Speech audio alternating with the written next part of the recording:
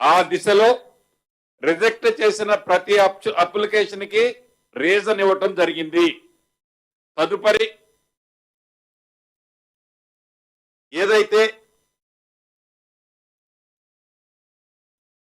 ధరణిలోని మిగిలిన ఈ 2,45,000 అప్లికేషన్లని ఒక కలెక్టర్ గారే సింగిల్ పాయింట్ లో క్లియర్ చేయకుండా దాన్ని డీసెంట్రలైజేషన్ చేయటం జరిగింది. అధికారాలని వాటిలో వారి వారి పరిధిని బట్టి MRO, RDO, special collector revenue, collector, CCLA ఇలా ఈ వచ్చిన అప్లికేషన్లు వాటి గ్రావిటీని బట్టి, వాటి వాల్యూను బట్టి, వాటి ఏరియాలను బట్టి బైఫర్కేషన్ చేసి ఈ 5 ప్లేసెస్ లో ఈ ధరణికి సంబంధించి 33 మాడ్యూల్స్ లో వచ్చే అప్లికేషన్ ని పరిష్కరించడం కోసం అధికారాలు డీసెంట్రలైజేషన్ చేయటం జరిగింది. చేసి ధరణి అప్లికేషన్ల కోసం పార్లమెంట్ ఎన్నికల ముందు ఒక స్పెషల్ డ్రైవ్ పెట్టి హాఫ్ ఆఫ్ ది అప్లికేషన్ ని క్లియర్ చేస్తూ అప్పుడు కంటిన్యూషన్ ఫ్లోలో వచ్చే అప్లికేషన్లు కూడా రిసీవ్ చేసుకుంటూ వాటిని పరిష్కార మార్గానికి ఒక సింప్లిఫై సిస్టాన్ని ఇందిరమ్మ ప్రభుత్వం వచ్చిన తర్వాత మార్పులు చేర్పులు కొన్ని చేసి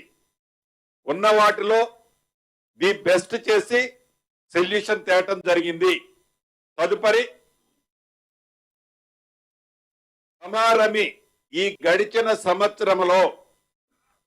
పాత అప్లికేషన్లు ఏవైతే సంవత్సరంన్నర నుంచి 2 సంవత్సరాల వరకు పెండింగ్ లో ఉన్న 2,45,000 అప్లికేషన్లతో పాటు సుమారు 3,15,000 అప్లికేషన్లు ఈ గడిచిన 1 సంవత్సరంలో కొత్త అప్లికేషన్లు ఎవరైతే ఇబ్బందులు పడుతున్న భూములున్న ఆసాములు అప్లై చేసుకోవటం జరిగింది. వీటన్నిటిని కలిపి ఇందిరమ్మ ప్రభుత్వం వచ్చిన తర్వాత సుమారు 4,98,000 అప్లికేషన్లని పరిష్కరిస్తూ ఇంకా గడిచిన 30 నుంచి 45 రోజుల మధ్యలో వచ్చిన అప్లికేషన్లు 60,000 వరకు వివిధ స్థాయిల్లో ఈనాడు ఆఫీసర్స్ దగ్గర ఈ ధరణి అప్లికేషన్స్ పెండింగ్ ఉన్నాయి. వీటితో పాటు ఏదైతే ఈ ధరణి గతంలో ఒక ఇంటర్నేషనల్ కంపెనీకి ఆపరేషన్ కు ఉండేది, టెరాసిస్ అనే కంపెనీకి వాళ్ళ అగ్రిమెంట్ పీరియడ్ మొన్న నవంబర్ తో కంప్లీట్ అయింది. డిసెంబర్ 1 నుంచి ఆ విదేశ సంస్థ నుంచి పూర్తిగా బ్యాక్ తీసుకొని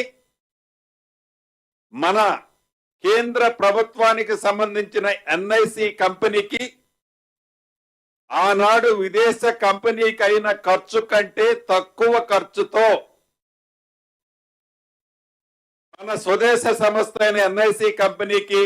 ఈ ధరణి పోర్టల్ ని డిసెంబర్ 1 నుంచి హ్యాండ్ ఓవర్ చేయటం జరిగింది. ఏదైతే ఆనాటి ఆ ధరణిని పూర్తిగా హ్యాండ్ ఓవర్ చేయటం కోసం ఈ ఎన్ఐసి వారి సమక్షంలో పాత టీము 1 మంత్ అంటే ఈ డిసెంబర్ లో వీరి పక్క నుండి వీరికి ఏ రకమైన సందేహాలు వచ్చినా యాజ్ పర్ అగ్రిమెంట్ కండిషన్ ప్రకారము ఆ టెరాసిస్ కు సంబంధించిన టీము వీళ్లతో కోఆర్డినేట్ చేసుకొని ఈ ఛార్జ్ టోటల్ గా ఎన్ఐసి ఆధ్వర్యంలో ఈ డిసెంబర్ చివరికి టోటల్ గా వీరికి హ్యాండ్ ఓవర్ చేయటం జరుగుద్ది. వీటితో పాటు ఏదైతే 2020 ROR చట్టంలో ఉన్న అనేక లొసుగులు, ఆ చట్టంలో ఆనాటి పెద్దలు వారి స్వార్థం కోసం ఏర్పరచుకున్న కొన్ని క్లాజులు, ఆ క్లాజులతో సామాన్య గ్రామీణ ప్రాంతంలో ఉండే సామాన్యులు పడుతున్న ఇబ్బందులు, వాటి పరిష్కారాన్ని కనుక్కోవటం కోసం 2020 చట్టాన్ని ప్రక్షాళన చేసి 2024 కొత్త చట్టాన్ని